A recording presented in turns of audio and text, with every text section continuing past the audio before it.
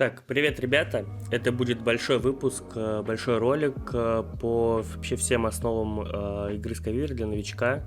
Я, наверное, назову вообще его ультимативный гайд для новичка. Во-первых, это немножко кликбейтно, возможно, придет немного просмотра. Во-вторых, потому что я действительно надеюсь в этом ролике обходить вообще все такие темы, которые именно новичкам мешают играть, и какие-то непонятные вещи для них и так далее. В общем, это будет реально большой ролик, так что саживайтесь поудобнее, наливайте там чаек, берите печенюшки, вот, поехали. В общем, когда новичок начинает играть, первым делом он попадает в меню туториал, ну, то есть в режим туториал. Мы можем тут играть против бота, который нас научит. Типа, сначала будет базовые просто какие-то стратегии, базовые вещи, то есть надо тут ударить, тут поставить существо и так далее. Потом нам расскажут про трейты, потом про спеллы, потом про энчанты. Вот, это все хорошо, но бывает все равно непонятно, поэтому этот ролик существует, и мы в нем все подробно разберемся. Вообще, самый главный совет, который я могу дать новичку, наверное, который мне очень помог, это просто читать вообще абсолютно все карты. То есть ты прошел обучение, да, туториал, потом заходишь в practice, и тут тренируешься против ботов. Скорее всего, это будет Discovery, неважно какой бог, какой герой. Ты просто начинаешь тренироваться против ботов для начала, особенно до 15 уровня, потому что за это еще дают опыт до 15 именно уровня, и ты сможешь, когда открываешь новый уровень, за опыт, который получаешь в боях против ботов, получаешь за это карточки. Вот, что мы делаем, когда мы играем против ботов? Мы не просто так бездумно кликаем по всем картам, мы именно читаем каждую карту и каждый к ней прилагающийся текст. То есть мы наводим на карту, читаем, что у нее тут текста нет, да, но у нее есть спелл. Call to action, читаем, что делает этот спелл, наводимся на карту оппонента, читаем карту, читаем все вылезающие окошки вот слева, то есть что такое стил, что такое визор, что такое sunrise. Все это читаем очень внимательно и пытаемся запомнить. То есть для начала будет вообще ничего не понятно, но когда мы это прочитаем раз, прочитаем два, прочитаем три, уже разберемся, будет намного понятнее через какое-то время. Наводим на монетки, смотрим, что делают монетки, на юнитов в руке, на их энчанты и так далее. Что такое энчанты, что такое атачменты и так далее, тоже чуть попозже про это расскажу в ролике. Вот, то есть мы не просто так кидаем на поле, да, героев, мы именно пытаемся понять, что делает каждый герой, что на нем написано, на каждой карте точнее. Вот, это самое важное, что можно делать, ну, кроме того, чтобы, конечно, посмотреть еще мой ролик, в котором я все это подробно тоже рассказываю. Вот, но, в принципе, вот какой совет вы можете дать, например, своим друзьям, которые только начинают играть? Во-первых, опять же, посмотреть мой ролик, а во-вторых, просто читать каждую карту и не лениться. Самое важное, не лениться. То есть ты, грубо говоря, я вот, недели, полторы, наверное, точно читал вообще каждую карту, пока хоть примерно понял, что каждая из них делает. Вот, хорошо, с этим советом разобрались. Теперь пойдем поизучаем просто, что такое трейты, что такое энчанты, что такое атачменты и так далее. Вот здесь можно выйти. Так, для начала мы должны понять, что карты в Skyvir в принципе делятся на два типа. Ну, как, наверное, и почти практически в любой другой карточной игре. Ну, в некоторых еще есть поля, конечно, но мы про это пока не будем говорить. Два основных типа карт. Это существа, юниты, да, они еще по-другому называются, и заклинания, спылы. То есть в Skyvir, как вы видите, все это удобно подписано. Я обведу потом рамочку, где написано, что эта карта это именно юнит. Но вы еще можете понять, что это юнит, потому что у нее есть статы, да, то есть 1, 4. 1, значит, атака, сколько мы урон наносим, когда мы ей бьем. Или когда вражеское существо или герой бьет наше существо, он в ответ получит какое количество урона. И 4, это количество здоровья, в общем, сколько урона нужно нанести, чтобы убить это существо. Вот, мы можем это существо поставить на поле. Это будет нашим защитником, что такое защитники и так далее, чуть попозже тоже поговорим, это уже относится к трейтам. Вот, и заклинание у нас есть. Как видите, у моего оппонента тоже есть существо на столе. Вот, но у меня есть заклинание, на нем тоже написано, что это spell, то есть легко понять, что это именно заклинание. И у него есть описание do damage to a target, то есть наносит 2 урона в любой таргет. Не написано в юнита или в героя, поэтому можем нанести и туда, и сюда. При этом, как видите, когда я навожу это заклинание на вражеское существо, он не только наносит 2 урона, но при этом еще и отнимает 2 атаки. Почему? Потому что этот спелл с визором. Что такое визор, тоже подписано. When this damage unit, that unit loses that much power. То есть, когда мы наносим урон, неважно, спеллом или юнитом, у которого есть вот этот трейд визор, мы также наносим еще и урон его атаке. То есть, грубо говоря, если мы наносим 2 урона по хп, то мы 2 урона наносим по атаке. Вот. Хорошо, с этим разобрались. Также у нас есть герой, который тоже может атаковать. То есть мы выпустили юнита в этот ход, да, мы не можем им атаковать, мы это можем сделать только на следующий ход. Потому что сейчас, вы видите, спит он. Вот. Спит. То есть мы им сможем атаковать только на следующий ход. Вражеский герой юнит тоже не может атаковать первый ход, только следующий. Есть юниты, которые могут атаковать сразу, но об этом тоже поговорим чуть попозже. Вот. Но зато наш герой может атаковать каждый ход. Вот, отлично, с этим разобрались. Теперь давайте подробнее поговорим про трейты. Так, давайте для начала вообще определим, что такое трейд, да? Трейд — это, можно сказать, особенность, это такой признак, либо черта, да, ну, именно в переводе на русский. Вот, но конкретно в игре это скорее как особенность, то есть, юнит, у юнита есть не только его статы, да, и текст еще на нем, но и какие-то особенности. Например, давайте справа налево пойдем. Вот этот юнит, как видите, вот трейты, я выделю их в рамочку, чтобы вы увидели конкретно, где они находятся, и они подписаны, то есть слева сразу появляется окошко, в котором подписывается, что какой трейд делает. То есть в данном случае у нас есть юнит Фангай. У него есть 2 трейта, это гвард и лайфстил, то есть трейтов может быть 0, вообще может не быть трейтов, да, у юнита, может быть 1, может быть 2, может быть несколько, может быть вообще почти все. Вот. Конкретно в этом случае у нас есть гвард и лайфстил. Что делает гвард? Гвард значит, что this units hero can't be attacked. То есть, пока у нас есть это существо на столе, оно, как видите, стоит справа от нашего героя, в отличие от всех остальных, которые стоят слева. Пока у нас есть это существо на столе, вражеские юниты и герои не могут атаковать мое лицо, то есть моего героя именно. Они сначала должны убить мой фронтлайн, потом, моего защитника, только потом могут атаковать моего героя. Ну, как в Харстоуне, это, соответственно, называется таунт, провокация, да, а здесь это называется гвард. Смысл тот же самый. Дальше. Lifesteal. Lifesteal, when this damages the enemy hero, give you hero that much health. То есть Lifesteal — это трейд, который может быть и у юнита, и у заклинания. Это значит, что когда ты наносишь урон этой картой именно вражескому богу, то твой герой получит это количество хп, которое ты нанес. Сейчас покажу чуть более подробно. Так, вообще все мои юниты спали. Я просто конкретно этого разбудил с помощью читов, чтобы продемонстрировать вам, как работает лайфстил.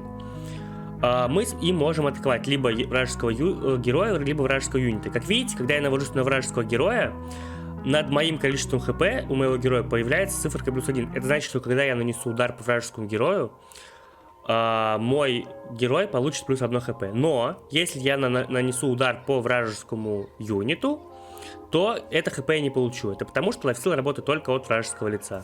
Вот, я ударил, получил хп. Если бы я ударил в юнита, мой юнит бы просто умер, да, и я бы не получил хп. Хорошо, с лайфстилом, с гвардом разобрались, пойдем дальше. Ну, кстати, вот еще по поводу того, что бывают юниты без стартов. Вот, пожалуйста, Potion Seller, у него есть статы, да, 1-3, у него есть текст, Draft and Attach one cost spell to this unit. Что такое Sunrise, Sunset, чуть попозже тоже поговорим. Но вообще, Potion Seller в начале хода просто призывает на себя, накладывает на себя заклинание. Как такое возможно, тоже чуть попозже про это поговорим. Вот, но я просто к тому, что у него нет вообще никаких трейтов, у него, как видите, нет подписи никакой. Хорошо, дальше. Кроме лайфстила и гварда, также есть стилс. Стилс или невидимость. То есть тоже подписано, что это такое. This unit can be attacked unless the hero has been damaged this turn. То есть, пока моего героя не продамажат, вражеский герой и вражеские существа не могут атаковать моего юнита в стелсе на этом ходу. Вот, сейчас вам покажу это подробнее. Так, мой герой в данный момент может атаковать вражеского героя, либо вражеского юнита, который не находится в стелсе. То есть крипто находится в стелсе, я его атаковать не могу, то есть он не подсвечивается. Для того, чтобы я мог его атаковать, в этот ход я должен нанести любой, хотя бы минимально 1 урона вражескому герою. То есть если я нанесу ему урон, вот с помощью заклинания, например, то я смогу атаковать вражеское существо, которое находится в стелсе. Вот, так стелс работает. То есть, грубо говоря, это неуязвимость от физических атак до того момента, как твоему герою не нанесут хотя бы один урон на этом ходу. Вот, хорошо, надеюсь, с стелсом мы разобрались. Так, дальше. У нас еще добавил вот эту карту специально для того, чтобы показать вам, что когда несколько трейтов у юнита, то есть больше двух, то они больше не подписываются именно текстом, они просто в виде картиночек показываются, вот, но мы должны понимать, что есть что. То есть зачеркнутый глазочек — это стелс, мы знаем, 3 коготка — это визард, чуть позже до визарда доберемся, и сердечки, кровь — это у нас лайфстил. Что такое лайфстил, мы тоже знаем. Вот. Ну, в принципе, давайте, что такое визар, мы сейчас и разберемся. Ну, я вам уже показывал, да, на примере заклинания, то есть на примере скорча. Но у юнита работает все то же самое. То есть, когда юнит этот атакует любое другое вражеское существо, он нанесет ему не только атаку, ну, не только хп у него заберет, но еще и атаку ему срежет. Вот, сейчас покажу, как это работает. Вот, например, у вражеского героя есть, да, большой юнит со статами 7-7. И, казалось бы, если мы просто нанесем ему 4 урона, то должно остаться 7-3, да, то есть 7 атаки также остается и 3 хп. Но если у нашего героя есть визор, как в данном случае, да, то когда мы наносим урон, мы, как я уже сказал, убираем не только хп, но и атаку. И получается, если мы ударимся, то останется от этого 7-7 всего лишь 3-3. Вот, то есть срезалось не только хп, но и не только здоровье, но еще и атака. Хорошо, с этим вроде тоже разобрались. Дальше. Вот у этого юнита, у него есть новый для нас трейд, называется этот трейд Armor. Armor значит, что... Давайте прочитаем сначала официальное описание. Takes one damage less from everything. Ну, то есть, легко понять, да? То есть, из любого источника один урон срезается. То есть, если мы будем атаковать, либо нас будет атаковать какой-то существо, либо герой с одной атакой, то вообще 0 урона получим, да, если с 2 атаками, то, соответственно, 1 урон, с 3 атаками 2 урона и так далее. В общем, любое количество урона минус 1 это то, сколько мы получим урона. Ну, давайте продемонстрирую вам на примере. То есть, если мы ударимся в этого юнита, то, по идее, мы должны бы получить как бы одну атаку. Но, так как у него всего одна атака, у нас есть армор, мы получим вместо этого 0. Вот, легко понять. Ну, и ему мы, соответственно, срезали атаку, потому что мы с визором. У нас есть 1 урон с визором. Вот. Но, допустим, если мы ударимся уже в юнит, у которого 3 атаки, то наш юнит, у которого всего 1 хп и 1 армор, и просто армор, этот юнит умрет, потому что, соответственно, 3 атаки это больше, чем 1. Соответственно, мы получим урон и просто умрем. Угу. Хорошо. Дальше. Пирокрафтер. Он тоже с визором. Вообще существа сердца, они любят быть с визором, но не суть. Пока потом еще разберемся, кто какой призме принадлежит, у кого какие есть, так сказать, принадлежности по элементам, да, это тоже попозже доберемся. Вот, у этого юнита, кроме уже знакомого нам визора, у него есть баннер. Баннер You hero gains +1 power while this unit is in play. То есть, когда это существо на столе, у которого есть баннер, мой герой получает +1 атаку. То есть, у него должно было быть одна атака, но у него 2, потому что есть тот пирокрафтер, у которого есть баннер. С баннером бывают не только существа, но и заклинания, да, они делают то же самое. Если ты разыгрываешь заклинание, у которого есть баннер, то твой герой получает +1 атаку. Вот, если этот наш герой, наш юнит умрет, сейчас мы его убьем, то наша атака вернется к значению 1. То есть смотрим, сейчас у нас 2 атаки. Вот он умирает. У меня осталась 1 атака. Хорошо. Ну и последний трейд. Надеюсь, я больше никакие трейды не забыл. Но вообще я не должен был бы. Последний трейд, введенный как раз таки в последнюю очередь, этим летом только, это Dash. Грубо говоря, это как рывок из Харстоуна. То есть, в отличие от всех остальных юнитов, в которых нету этого признака Dash, юниты с Dash могут атаковать в первый же ход. То есть, this unit can attack enemy units that turn it is summoned, or if it was sleeping and gained Dash. Понятно, то есть, когда мы его разыгрываем, сразу наш герой наш юнит может бежать в атаку. Но он может бежать в атаку, но он не может бежать в атаку на вражеского героя, только на вражеских юнитов. То есть мы ему дадим атаку, да, и можем проатаковать какого-либо вражеского юнита. Но, например, если мы сейчас давайте убьем, извините, То есть вот то, что сейчас горит зелененьким, это я сделал с помощью читов, да, я его сделал, чтобы он был готов бежать в бой. Он сейчас может атаковать кого угодно, но это с помощью щитов. То есть это в расчет не берите, в игре такого не бывает. Вот, например, мы убиваем вражеского защитника, да, у нас освобождается путь к вражескому лицу. Но мы не можем его атаковать первый ход, потому что дэш не позволяет этого делать. Только вражеских юнитов. Вот. Хорошо. С трейтами, надеюсь, мы разобрались, хотя бы более-менее для какого-то понимания, но все равно для того, чтобы закрепить информацию, нужно на практике это делать, поэтому идите играйте против ботов, идите играйте против людей такого же уровня, как и вы, то есть, да, с новичками вы и будете с ними играть, не пугайтесь, и просто читайте все карты, читайте описание карт, и через какое-то время вы точно поймете, что к чему и как работает. Вот, если вы после этого видео не поняли и поиграли тоже не поняли, то не стесняйтесь, заходите в комментарии, задавайте вопросы, я буду рад вам на все ответить. Вот, хорошо. Мы разобрались с трейтами. Дальше пойдем разберемся с призмами, да? Что такое призмы, какие они бывают и так далее. И с элементами. Опять же, что такое элементы, какого вида они бывают. Вот, хорошо. Теперь давайте поговорим про призмы, вообще, что это такое и какие они бывают. Призма — это, грубо говоря, принадлежность нашего героя. То есть у нас есть 5 основных призм. Это сила, стрендж, да, ловкость, агилити, мудрость, виздом и сердце, хёрд и интеллект. Вот, есть герои, которые используют только одну призму. Это чистая сила, ада, да, есть самуя, это чистая ловкость, есть лотус, это чистый виздом, буран — это чистое сердце, и ари — это чистый интеллект. Это 5 основных героев, которые используют чистую призму, только какой-то один класс, грубо говоря. Дальше идет 10 героев всевозможных смешений, то есть, например, у нас есть Фокс, он использует силу плюс ловкость, то есть мы можем играть либо героем с одной призмой, либо героем с 2 призмами, то есть, с 3 пока нет, я не знаю, будет или нет, но пока точно нет, скорее всего и не появится. На данный момент у нас доступно, получается, кроме 5 чистых героев, это Фокс, который использует силу плюс ловкость, Титус, который использует силу плюс мудрость, ну и так далее. Еще 8 героев, которые используют какие-то смешения классов. Что нам дает это знание? Вообще, зачем так сделано? Дело в том, что у нас есть определенное количество карт для каждой призмы, да, то есть мы можем зайти в итемы и тут отфильтровать, например, карты только для силы. То есть, если мы будем играть на аде, который использует чистую силу, мы сможем использовать только эти карты, да? Но если мы добавим еще виздом, у нас получится класс, который называется Титус. Он использует карты и силы, и виздома.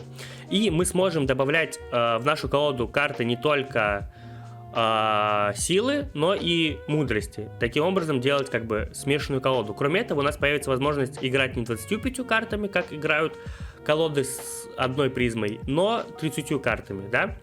То есть мы заходим в деки, create deck, вот, и выбираем тут, например, того же Титуса, да, который использует силу плюс виздом. Construct deck. Это таким образом можем стать деку.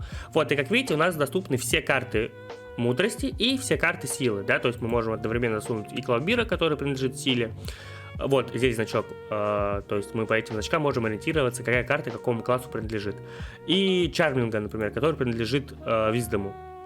Вот. Хорошо, надеюсь, с этим понятно. Кроме принадлежности карт, определенных к какому-либо классу, есть также и элемент. Элемент подписывается, вот здесь сразу под названием карты есть элемент этой карты. Это Mind, например, в случае амальгамы это Mind. Ну и также тут еще подписано, что это Unit, да. Например, дальше идет Arcane Ray, который и тоже Mind, но при этом это Spell, да, то есть все написано очень удобно, разобраться, в принципе, несложно. Есть также вода, свет, да, воздух и так далее. Ну, чтобы это удобнее было фильтровать, мы можем нажать фильтры. Вот, и здесь мы видим все элементы. Это Air, Dark, земля, огонь, Light, металл, Mind и вода. Вот, ну и кроме того, что мы можем отфильтровать наши карты по элементам, мы также это можем сделать по трейтам, которые мы уже чуть ранее с вами разобрали. Вот, зачем нужны элементы, в принципе, потому что есть много карт, которые синергируют каким-либо образом именно с элементами. Кроме того, что они с ними синергируют, еще есть другие карты, которые, например, могут дровать из вашей колоды. Что такое дроу и так далее, тоже попозже поговорим, но думаю, что для, в принципе, людей, которые знакомы с карточными играми, это все слова знакомые, но если нет, то мы, конечно, с вами это чуть позже обсудим. То есть, грубо говоря, берет из вашей колоды карту определенного элемента, есть такие карты. Сейчас постараюсь найти вам такие показать. Ну вот, например, хороший пример, Мир Маск. Draw two water cards empty your mana. То есть, что делает это заклинание? Оно стоит 2 маны, оно принадлежит к мудрости, да, и оно имеет водяной элемент. Карта сама, draw, это значит взять из колоды, ну, тут подписано, в принципе. Draw это мы берем из колоды. Но еще такой момент, сразу оговорочку сделаю, что в Skyviewer есть такая интересная механика, когда у вас в колоде заканчиваются карты определенного элемента или вообще заканчиваются карты, то, и вы, например, вот, ну, представим ситуацию, смоделируем, у вас в колоде нету карт водяных, да, то есть эта карта, она дает вам 2 водяные карты из вашей колоды, но у вас, например, в колоде нет водяных карт. Что в этом случае произойдет?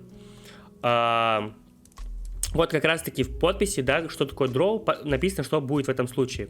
Draw a card from your deck, if possible, то есть если возможно. Если невозможно, то вы теряете 1 хп и конжурите 1 карту вместо этого. То есть конжур, это значит, что просто карта берется вот так вот из воздуха, из доступных карт, которые в принципе существуют в игре. То есть они не должны у вас в деке лежать, они просто есть в игре. Какая-то случайная карта, которая подпадает под критерий. То есть в данном случае наш критерий это водяная карта, и мы сможем взять любую водяную карту, которая есть у нашего класса. Например, если мы играем на Титусе, да, который использует ловкость плюс силу, и у нас нету карт водяных в колоде, то мы можем взять, например, вот его. Он принадлежит к воде, Рифус, да, и он нам может упасть в колоду. Ну, либо любую другую водяную карту, например, Сандер или Тютора, неважно. То есть, если карты нет в колоде, она просто к нам придет из ниоткуда, грубо говоря. Ну вот, и кроме Мир Маск, соответственно, есть еще много других карт, которые каким-либо образом синергируют с элементами. Так что это тоже важно учитывать, это тоже надо знать, какие карты какому элементу принадлежат. Сейчас мы с вами поговорим про атачменты, точнее про энчанты. Что такое атачмент? Атачмент это вообще что угодно, что лежит сверху на юните. То есть, например, здесь это может быть заклинание, да, лежит, спелл. Про заклинание чуть подробнее поговорим попозже. В данном случае у нас лежит сверху барьер. Барьер это энчант. В этом случае у нас лежит шилд. Шилд тоже энчант. И у этих юнитов тоже сверху на юнитах, видите, в кругляшочках у нас есть определенные энчанты. То есть легко определить, в принципе, то, что энчант, он просто круглый, да, а заклинание, оно обычно такой формы, ну, ромбовидной, наверное, можно сказать.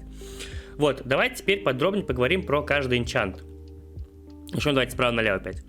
Вот у нас есть юнит, Сейбер. У него есть энчант, называется Shield. Shield блокирует любой физический урон один раз. Любого количества, именно физический урон. Давайте я вам сейчас это продемонстрирую. Вот мы видим, у нашего оппонента есть такой юнит, тот же самый Сейбер с тем же самым шилдом. У него всего лишь 2 хп, но при этом на нем шилд. У меня, как видите, 11 атаки в данный момент. Но я могу убить, вот, в принципе, любого юнита, но если я ударю конкретно в этого юнита, то я не нанесу ему нисколько урона, но при этом я уберу его щит. То есть, как видите, пишется 0 урона, да, то есть, если я наношу, я получу сам ответку 2, ему нанесу 0, потому что у него есть шилд. Я сниму шилд, не нанесу ни единого урона, смотрим. Вот, то есть, как я и говорил. Но при этом этот щит, он не защищает от магических атак. Давайте тоже я вам это сейчас покажу. То есть, как мы выяснили, мы не можем убить его физической атакой, но при этом у нас есть уже знакомый нам скотч, который носит всего лишь 2 урона, но эти 2 урона магические, то есть они именно летят со спыла, да. С помощью этих 2 урона мы запросто можем его убить. То есть, как видите, показывается, что мы это можем сделать. Вот. Кроме физических щитов желтых, существуют щиты магические, как вот, например, вот на Хаксе и на Синдере. Это, по сути, те же самые шилды, только они защищают именно от магического урона, а не от физического, да, то есть я могу легко убить его с помощью атаки. Секундочку. Я могу убить его с помощью атаки, как видите, но при этом не могу убить его с помощью заклинания. То есть с помощью атаки могу, с помощью заклинания не могу. Я только уберу щит и не нанесу ему никакого урона. Так, хорошо, мы с вами разобрали шилд, разобрали барьер. Еще существует шрут. Это тоже защитный энчант. Но он не защищает у нас ни от магического урона, ни от физического. Он просто не позволяет выбрать это существо целью любой не физической атаки. То есть мы не можем, например, выбрать его вот так вот с помощью заклинания, да? Но при этом мы можем его атаковать с помощью лица. Кроме этого, мы можем его убить с помощью любого заклинания, которое летит по области. То есть не какую-то определенную цель, а который задевает несколько юнитов, мы сможем с помощью него попасть. Ну, грубо говоря, шрут просто не позволяет нам навестись на юнита любым заклинанием. Вот, хорошо. Ну, не только заклинанием, но еще и плей-эффектом от юнитов. Что такое плей-эффект, суммон-эффект и так далее, тоже попозже про это поговорим. Вот, и в конце написано, что Sunrise даст this enchant. Sunrise, можно вот навестись и посмотреть, что такое Sunrise. Sunrise, when this unit or enchants play turn start. То есть, когда ход начинается, именно этого игрока, происходит Sunrise, и этот enchant, он исчезает. То есть, на наш следующий ход мы уже сможем навестись на него любым заклинанием. Соответственно, Sunset — это, наоборот, когда ход заканчивается. Дальше. Еще есть вот такой enchant. Эффект при смерти, draw a card of the enchanted character element. То есть, у нас этот юнит, он имеет элемент dark, то есть, ну, темного. И когда он умрет, то его герой возьмет карту именно элемента dark. Вот, ну, можем это продемонстрировать. Мы его убиваем. И видите, герой берет карту. Но, как я говорил раньше, так как у него карты колоды нет, он именно конжурит ее. То есть он получает 1 урона и берет карту этого элемента просто случайную. Следующий энчант — это лид.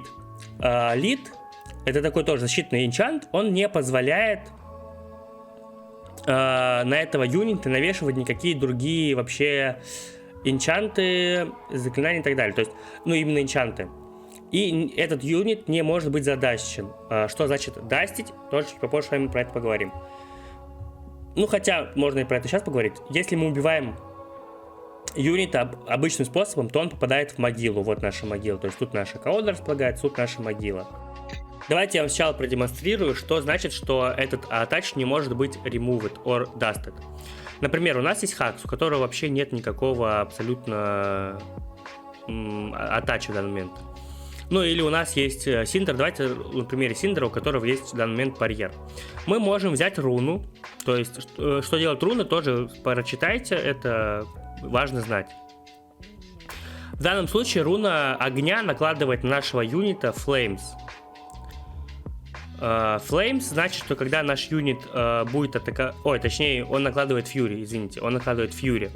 Когда наш юнит атакует вражеского героя, он получит плюс 1/1 и возьмет из колоды карту за 1 ману.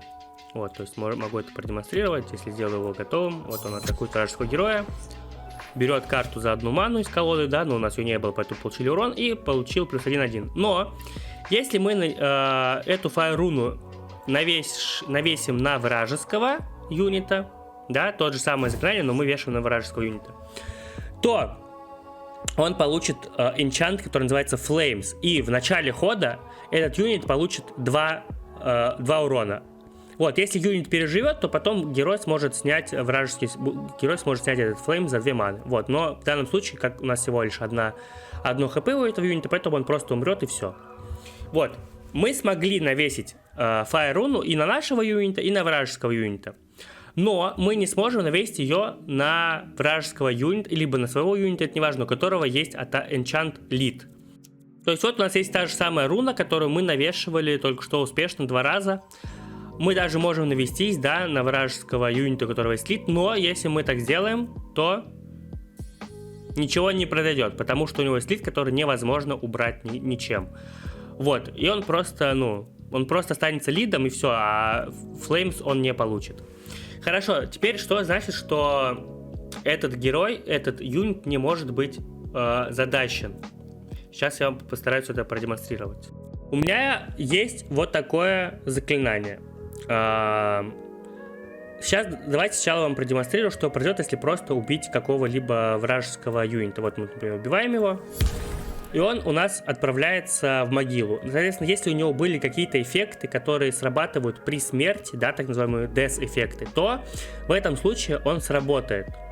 Да, вот, например, у этого юнита есть death-эффект, добавляет унофобию в вашу колоду. Унофобия — это такое заклинание, в принципе, мы сейчас про него не говорим. Вот, если я просто его убью, давайте я вам это покажу, если я просто его убью,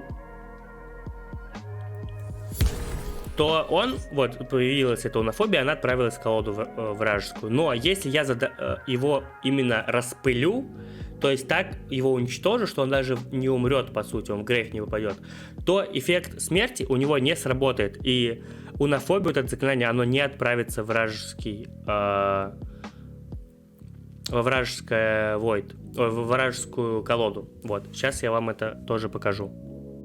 У нас есть вот такое замечательное заклинание, называется Чомп. Оно, кстати, если вы внимательно следили за этим видео, то оно принадлежит к силе. И, по идее, мой герой использует только заклинание ловкости и интеллекта. Я не могу его использовать, но я его использую с щитами, поэтому у меня есть их даже целых 2 штуки. Что делает это заклинание? Наносит 6 урона вражескому юниту. Если этого урона хватает, чтобы его убить, то вместо убийства оно его дастит. То есть как раз таки то, что нам нужно. Dust remove from the game. То есть оно не то, что void отправит, он просто убирает его из игры. Вот. И весь лишний урон, который прошел сверх нормы, оно отправляется в вражеское лицо. Хорошо, сейчас если я сделаю, ничего не придет, потому что у него есть, как мы разобрались, уже барьер, который защищает его от заклинаний. Поэтому мы сначала барьер снимаем с помощью уже знакомого нам скорча. Дальше с помощью чомпа дастим этого юнита. Смотрим, что произойдет. Как видите, юнит не отправился в могилу. То есть здесь, если мы найдемся на могилу, только один хак, с которым мы убили раньше, и один хак, с которым мы только что задастили, он, видите, горит сереньким. Он даже не в могиле, он вообще, ну, он просто не в игре. И если вы могли заметить, унофобия тоже в колоду, ну, заклинание не отправилось в колоду. То есть эффект при смерти не сработал. То есть у него как было одно заклинание в колоде, так и осталось. Но это не работает с существами, на которых есть лид. То есть, если мы сделаем то же самое заклинание, направим на юнита с лидом, то мы его не remove from the game, такого не будет. Оно отправится в могилу, как и любое другое существо нормальное, потому что у него как раз был этот лид. Вот, хорошо. Ну, есть еще некоторые энчанты, давайте тоже их с вами разберем. Например, есть вот Water Runa, да, когда мы его делаем на своего, мы получаем так называемый эффект Vapors, ну, Enchant Vapors, то есть когда мы этот Vapors убираем, мы получаем плюс 1 хп, либо и при этом берем карту. При этом мы можем убрать его вручную, можем убрать его, например, с помощью любого другого перекрывающего энчанта. Давайте уберем вручную его. Вот, мы взяли просто карту из нашей колоды, да, и получили плюс 1 хп. Хорошо. Также, если мы направим эту руну на вражеского юнита, то мы получим на нем эффект Frostbite. Frostbite значит, что этот юнит будет получать на 2 урона больше из любого источника. Ну, я могу продемонстрировать, у меня есть вот такое заклинание, которое наносит Frostbite, накладывает на любого юнита, неважно, свой он или чужой, вот. То есть, вот он, эффект Frostbite. То есть сейчас, чтобы убить этого юнита, достаточно нанести ему всего лишь 1 урон, и он умрет. Из любого источника. Потому что у него есть Frostbite, который увеличивает получаемый дэмэдж на 2. Вот, но еще у нас есть энчант, называется Анима. То есть мы используем такое заклинание, которое Savage Garden называется. Призывает нам 2 Элдервуда вместе с Анимой, на которых наложено Анима. Элдервуд — это просто такой вот деревце 0.1. Обычно оно в рутах сразу. Руты — это тоже такой энчант, с ним чуть попозже тоже познакомиться во время игры, оно не позволяет атаковать, пока вы его не снимете.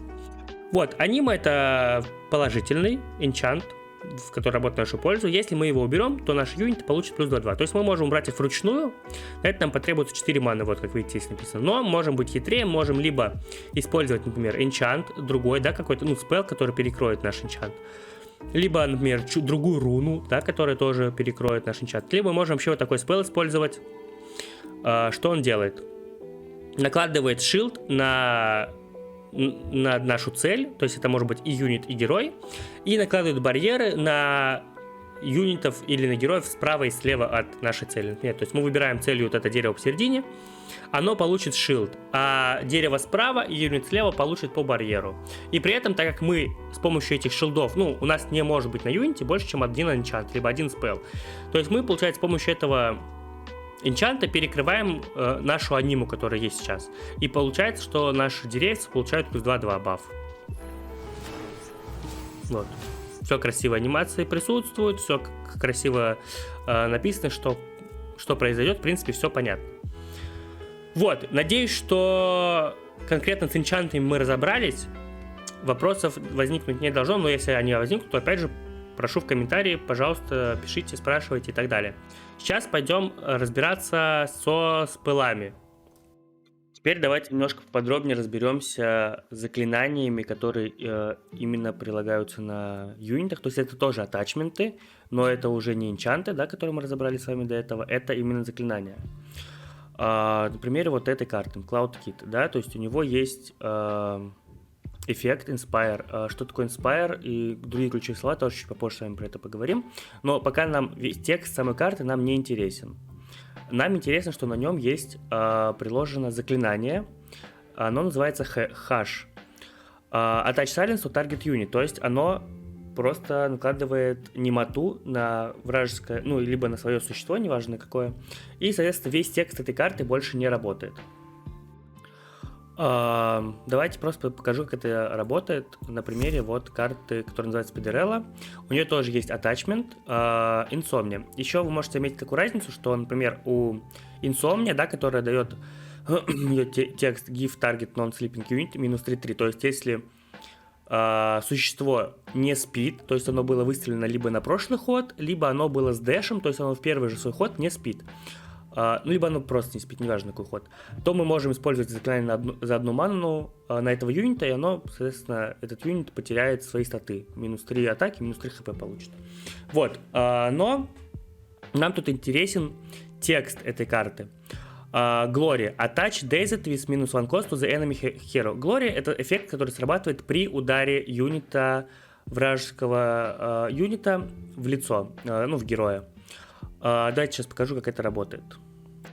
Я создал такого же юнита на свою сторону, чтобы показать, как работает конкретно именно эта карта и как работает Silence в этой игре. Сейчас мы его сделаем ready, чтобы можно было сразу ударить. Смотрите, сейчас я ударюсь в вражеского героя, и вражеский герой получит на себя энчант, да, который... Мы с вами его не разбирали, но это один из энчантов. В принципе, на нем все написано, что он делает. То есть Sunrise в начале хода зачарованный персонаж отправляется в сон. То есть он не сможет меня ударить, когда я передам ему ход. Вот. Но если я наложу Silence на него, во-первых, давайте на примере вражеского героя, потому что своих юнитов мы будем реже все-таки сайленсить, чем чужих. Поэтому я на него теперь накладываю Silence.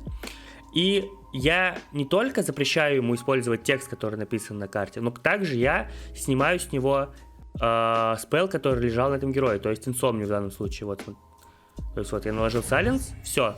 Этот юнит теперь не может, только когда он меня атакует, такая штука на моем герое не появится, потому что он под сайленсом, текст не работает. Кроме этого, я убрал его attachment. Он теперь, можно посмотреть, вот, он находится в вражеском вайде. Здесь горит сереньким, значит, что я его задастил, он не был использован. Хорошо. Я надеюсь, что мы полностью разобрались с атачментами, то есть с энчантами и с спеллами, которые приложены на юнитах. Пойдем, посмотрим дальше, разберем ключевые слова. Ключевые слова удобно разбирать, вот если мы заходим с вами в items, filters, то вот они, в принципе, все и выписаны. Уникальный эффект, если мы поставим галочку, это значит, что какой-то уникальный текст на карте, который больше никакая другая карта в игре не осуществляет этот текст. Ну, то есть тут надо конкретно каждую карту читать и разбираться, что она делает. То есть это даже сложно назвать ключевым словом. Дальше, вот этого эффекта вообще нет в игре. Возможно, какой-то баг, либо отображение, либо еще не добавили просто. Play-эффекты. Play-эффект — это как раз-таки ключевое слово. Вот вы можете заметить, оно стоит первым, выделено беленьким.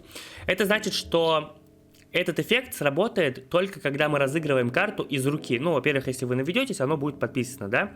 но я все равно объясню. То есть, когда именно мы разыграем карту с руки, и очень часто еще для плей-эффекта мы должны выбирать именно цель, куда полетит заклинание наше или какой-то эффект, который мы используем. Вот. Дальше идет Summon эффект. Summon, в отличие от плей-эффекта, разыгрывается всегда. То есть, неважно, призываешь ты юнита из руки, или он призывается случайным образом откуда-то, либо он из колоды призывается, либо твой оппонент вообще у тебя призывает. Это неважно, Summon эффект всегда сработает. То есть, тоже выделено белым словом, стоит первое слово. Белым цветом выделено. Вот, то есть, по сути, тот же самый play эффект, только play условие, что нужно именно из руки, Summon сработает всегда. Это, грубо говоря, это как боевой клич из Харстоуна. Inspire. Inspire как раз таки есть ключевое слово Cloud Kitty, которое мы только что разбирались. В данном случае Inspire Air. То есть, когда вот это действие Mulligan you highest cost cards in hand. Что такое Mulligan, тоже чуть попозже мы разберемся. То есть, вот этот текст, он сработает. Во-первых, карта эта должна стоять на столе. И дальше, чтобы текст сработал, мы должны разыграть карту именно воздушную. То есть, например, вот хаш, в данном случае это воздушная карта, то есть можем поставить эту карту, Cloud Kit, разыграть хаш, и мы сразу же затриггерим Infect Inspire Air, вот этот вот. Ну и также других юнитов, то есть тут, например, Inspire Spell. То есть, когда мы разыгрываем любое заклинание, срабатывает вот этот эффект. Тут Inspire Water, то есть, когда мы разыгрываем водяную карту, срабатывает эффект, да. Еще есть, например, Inspire Any, то есть, когда мы что угодно вообще разыгрываем. Inspire Guard, когда мы разыгрываем защитника только. Inspire Spell опять, вот Inspire One Cost, например. Этот эффект срабатывает только, когда мы разыгрываем карту стоимостью 1 мана. Вот, ну и в принципе тут также везде дальше по этой же самой логике. Хорошо. Дальше. Glory. Эффект Glory тоже мы с вами немножко посмотрели. Glory эффект срабатывает, когда юнит атакует вражеского героя. То есть, опять же, Glory первое слово выделено белым цветом. И текст, который написан после слова Glory, сработает только когда мы ударим этим юнитом вражеский герой. Причем не просто ударим, а именно нанесем урон. То есть, допустим, если у нашего юнита будет 0 атаки, или там, например, 1 атака, но у вражеского героя есть броня, или, например, не важно сколько атаки, но у вражеского героя есть желтый щит, да, который защищает физические атаки, мы можем ударить, но урона мы не нанесем, а Glory важно, чтобы именно урон наносился. То есть, если мы дальше почитаем, что написано when this character attacks a hero and damages them. То есть, он должен ударить и именно нанести урон. Тогда сработает текст. Дальше Sunset. Sunset, Sunrise, они, в принципе, похожи. То есть, Sunset срабатывает, когда ход заканчивается. Например, вот если я поставлю этого юнита на свою половину стола, да, то когда мой ход закончится, его текст сработает, вот этот вот, который здесь написан. Соответственно, если он стоит у оппонента, то в конце хода оппонента этот текст сработает. Sunrise то же самое, только в начале хода срабатывает. То есть я, например, ставлю Engine Blade, да, передаю ход оппоненту, он его не убивает, передает ход мне, и тогда срабатывает этот эффект. Вот, то есть Sunset, в принципе, всегда триггер, да, то есть ты ставишь юнит, ты передаешь ход, все, эффект сработал. А Sunrise, чтобы эффект сработал, нужно, чтобы ты передаешь ход, и оппонент передал тебе его обратно, и только тогда Sunrise эффект сработает. Ну и эффект Death, это по сути тот же самый play или summon, только в обратную сторону. То есть этот текст срабатывает, когда юнит умирает. Тут, в принципе, все легко. В том же самом Харстоуне был точно такой же эффект, назывался он Afterlife, если мне память не изменяет. Вот, то есть текст срабатывает только после того, как существо умрет. При этом мы помним, да, что смерть и даст это разные вещи. Если юнит нашего задастит именно, то эффект не сработает. Он должен именно умереть и отправиться в Void. Только тогда сработает. Хорошо, дальше. Вот еще как раз таки другие слова. Например, даст, тот же, да, который мы уже разобрали. То есть карты, которые дастят карты не на столе, они дастят карты именно в могиле. Либо в чужой могиле, либо в своей могиле дастят карты. Вот, например, вот эта вот карта, ты выбираешь, наводишь этим заклинанием на героя, либо своего, либо чужого, и он уничтожает верхнюю Hero Top High Cost Dead Unit, то есть самую дорогую верхнюю карту в войде, либо в своем, либо во врага, и призывает Royal Mummy. То есть если он не уничтожит, он никого не призывает. Ну, ты даже разыграть ее не сможешь, если я не ошибаюсь. Вот, кроме того, что можно уничтожать, именно дастить карты в войде, в своем или в чужом, да, можно также дастить карты прямо на столе. То есть он придет damage to the lowest health enemy, if lethal dusted. То есть, например, стоит какой-то юнит с 3 хп, мы кидаем эту карту, она попадает в него, да, если нету больше юнитов, у которых меньше хп, и убивает его. И оно не просто его убивает, отправляет его в могилу, оно именно его полностью уничтожает из игры. То есть, да, это написано remove from the game. Потом муллиган. Муллиган значит, что мы сбрасываем карту, какую-то карту из своей колоды, из своей руки мы сбрасываем обратно в колоду, и вместо нее берем случайную карту из колоды. Например, в данном, вот эта карта делает так, что мы сбрасываем всю руку и получаем одну ману. Ну, сбрасываем, то есть муллиганим, да, сбрасываем руку, берем столько же карт, сколько у нас было, мы столько же берем из колоды. Вот, здесь то же самое, только мы не получаем одну ману, но при этом мы добираем one cost карту. Вот в этом случае муллиган you highest cost card in hand, да, Inspire Air. То есть тут сразу два ключевых слова используются. Если эта карта у нас на столе стоит, мы используем, после того, как мы поставили, мы используем еще любую карту, которая имеет элемент воздух, air, то самая дорогая наша карта в руке, она отправится в деку, и вместо нее мы возьмем случайную карту из нашей колоды. Вот так это работает. Дальше рандом. Ну, рандом, я думаю, понятно. Просто какой-то случайный юнит призовется или так далее. Или случайно цель выберется. Просто, ну, рандом, он и рандом. Просто случайно. Дроу — это значит взять просто карту из колоды. Тут, в принципе, тоже ничего сложного нет. То есть у нас есть колода, мы берем из нее карту. Если нет колоды, то, соответственно, получается другое ключевое слово — это конжур. Вот оно.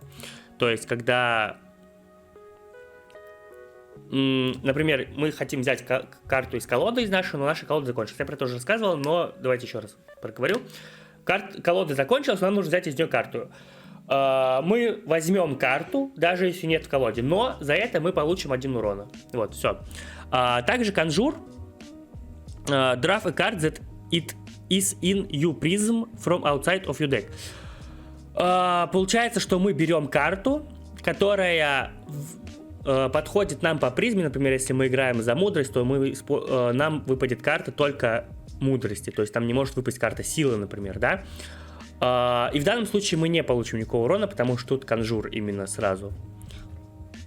From outside of your deck, то есть неважно, есть у тебя карта в деке или нет, какие-то карты у тебя еще в деке есть или нет, ты просто получишь ее из воздуха, грубо говоря. Вот, здесь, например, на этом примере, то есть тоже два ключевых слова используются, Glory и конжур, то есть когда, перевожу на русский, когда это существо бьет вражеского героя, наносит ему именно урон, то оно конжурит one cost enemy spell. Что значит enemy spell? Значит, что будет...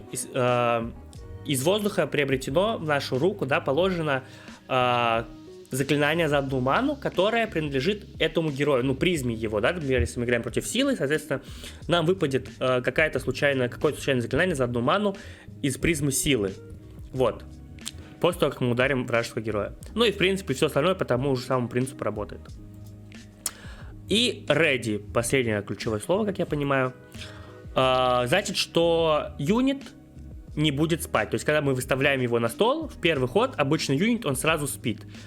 Ready не будет спать, он сразу побежит в бой. Но некоторые карты должны соблюсти условия, да. Некоторые карты просто всегда ready.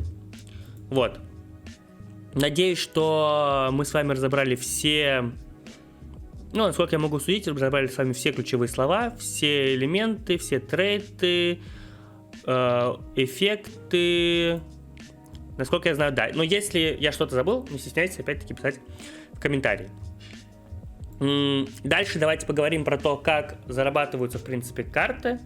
Хотя нет, давайте про это поговорим в конце, а пока поговорим про то, где искать колоды. Например, мы открыли какое-то количество карт, какую-то призму, нам теперь нужно найти колоду. Если вы, например, играли в Gods Unchained, там есть такой удобный сайт, называется он Goodex. И там можно искать колоды по очень многим фильтрам, бюджетные и так далее. В общем, это очень удобный, очень хороший сайт. Но в SkyViewer такого ресурса пока нет, надеюсь, какой-то появится. Я часто говорю, что его действительно не хватает. Здесь можно действовать немножко другим способом. Мы заходим в ранки, то есть как найти самую крутую колоду. Заходим в Ranked, вот Constructed, ну, в ранг, точнее, заходим, Constructed выбираем. И просто... смотрим самых сильных игроков этого ранга, этого месяца, этого сезона, да. Например, вот, есть такой игрок. у нас. Нажимаем на него. Здесь будет ссылочка, называется Spectate Link. Мы эту ссылочку копируем. Переходим на новую вкладку. Вставляем эту ссылку. И это Spectate Link, он нам позволяет смотреть игры этого человека. Либо если игра идет прямо в прямом эфире, да, если он сейчас играет, можем прямо сейчас посмотреть игру. Если нет, тогда можем смотреть его прошлую запись. Это не всегда работает, то есть, да, вот в данном случае, например, это не сработало. В таком случае мы просто закрываем ссылку и идем искать дальше, то есть на второе место переходим. То же самое, копируем, вставляем, ждем, пока загрузится. Вот, здесь появилась кнопочка Watch Last Match Replay. Нажимаем на нее.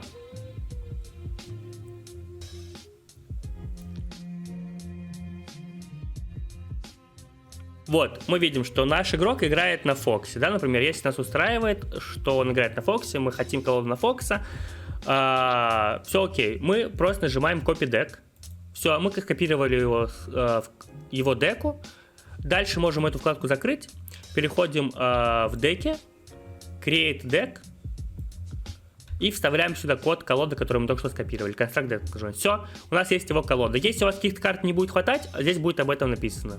Кстати, хорошая колода, я, наверное, сохраню ее себе. Вот, на этом, в принципе, как искать деки, наверное, все. Но если вы играете... Вообще, мета в ранкеде и в констракте, конечно, очень сильно отличается. И в констракте обычно деки лучше, чем в ранкеде, но чтобы их найти, нужно играть констракты, да, то есть ты играешь просто других людей, тебе какая-то дека понравилась оппонент, ты заходишь просто в свои последние матчи, и здесь вот копируешь код этой колоды, которая тебе понравилась. Все.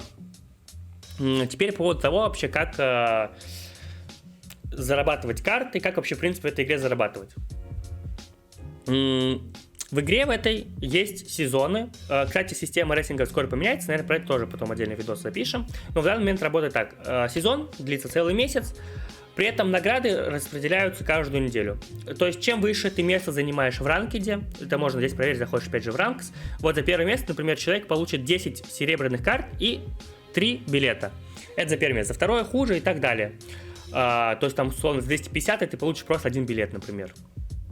И эти награды будут получаться, люди будут их получать каждую неделю в течение месяца. То есть он, например, в первый день сезона взял самый высокий ранг условно, и все, и целый месяц можешь не играть, каждую неделю тебе будут приходить серебряные карты и билетики. Что с ними дальше делать? Ну, либо можешь продавать и то, и другое, да, то есть серебряные карты можешь прямо на маркете продавать внутри игры, а билеты можешь продавать, например, в Дискорде. Кстати, ссылка на Дискорд официально я оставлю под видео, потому что там тоже очень много всего полезного можно узнать и так далее. В общем, обязательно подпишитесь. Вот. Как зарабатывают теперь золотые карты? Для золотых карт, для заработка золотых карт мы должны зайти в Conquest. Conquest — это такой мини-турнир, который состоит из 3 игр максимум, то есть либо до 3 наших побед, либо до 1 нашего поражения. Вход платный, то есть мы должны заплатить билетик. Вот, как видите, у меня есть 2 билетика, я могу 2 раза поучаствовать в этом турнире. Либо я плачу билет, да, который стоит $1,5, либо я могу обменять любую серебряную карту на билет и, собственно, с помощью нее войти в этот режим. Как видите, сейчас разыгрываются 4 золотые карты, вот эти вот. То есть, если мы выигрываем 3, вот здесь чуть пониже написано. Если мы выигрываем 3 игры, получаем 1 золотую карту, 1 серебряную. То есть мы золотую можем сразу продать, а серебряную потратить на билетики и играть еще раз. Если мы 2 раза выигрываем, то получаем 2 серебряные карты. То есть опять же мы можем 2 серебряные карты обменять на 2 билета. То есть мы потратили, грубо говоря, 1 билет, а получим вместо него 2 билета. Ну и за одну победу получаем 1 серебряную карту, то есть, грубо говоря, мы просто ничего не заработали, но и ничего бы не потеряли. Но если мы выиграем 0 раз, тогда мы потратим просто билет. Вот, по поводу этих поинтов и по поводу скинов у меня есть отдельное видео, я, наверное, пробую оставить его в правом верхнем углу, ссылочку на него, да, посмотрите обязательно. Вот. Я так полагаю, что, наверное, мы с вами разобрали сегодня действительно все, ну или почти все вопросы, которые тревожат новичков, да. Есть, опять же, повторяю, если что-то не разобрали, не стесняйтесь писать комментарии, я либо отвечу на них там, либо, если я прям много чего забыл, то запишу отдельно еще выпуск, 2-ю часть. Вот, что хотел бы сказать напоследок. Skyweaver — это отличная игра, она прям охуенная, она очень хорошая. Единственное, чего ей не хватает, это игроков. Вот. То есть играйте Skyweaver ради игры, не играйте ради денег, потому что в данный момент денег много в ней не заработать. Единственный вариант — это если вы очень хороши в ней, прям один из лучших игроков, и вы будете тратить несколько часов каждый день, там много часов каждый день, тогда получится зарабатывать какие-то деньги там в районе, может быть, $30-50 в день. Возможно, возможно нет. Вот. Но сама по себе игра, она просто отличная. Вот, поэтому играйте в игру, верьте в нее. Я лично верю, что у нее огромный потенциал. Поэтому играйте сейчас, накапливайте коллекцию свою, и в будущем, возможно, вам принесет это очень хорошие бенефиты. Вот. Ну и, конечно, подписывайтесь на мой канал, подписывайтесь на мой Twitch, там стримы по Skyweaver как раз-таки почти каждый день. Ставьте лайки, пишите комментарии, очень интересно почитать ваше мнение насчет этого видео, ну и какие-то, возможно, темы я забыл осветить. Вот, так что на этом все, и увидимся с вами на стримах, либо в новых видео. Пока-пока!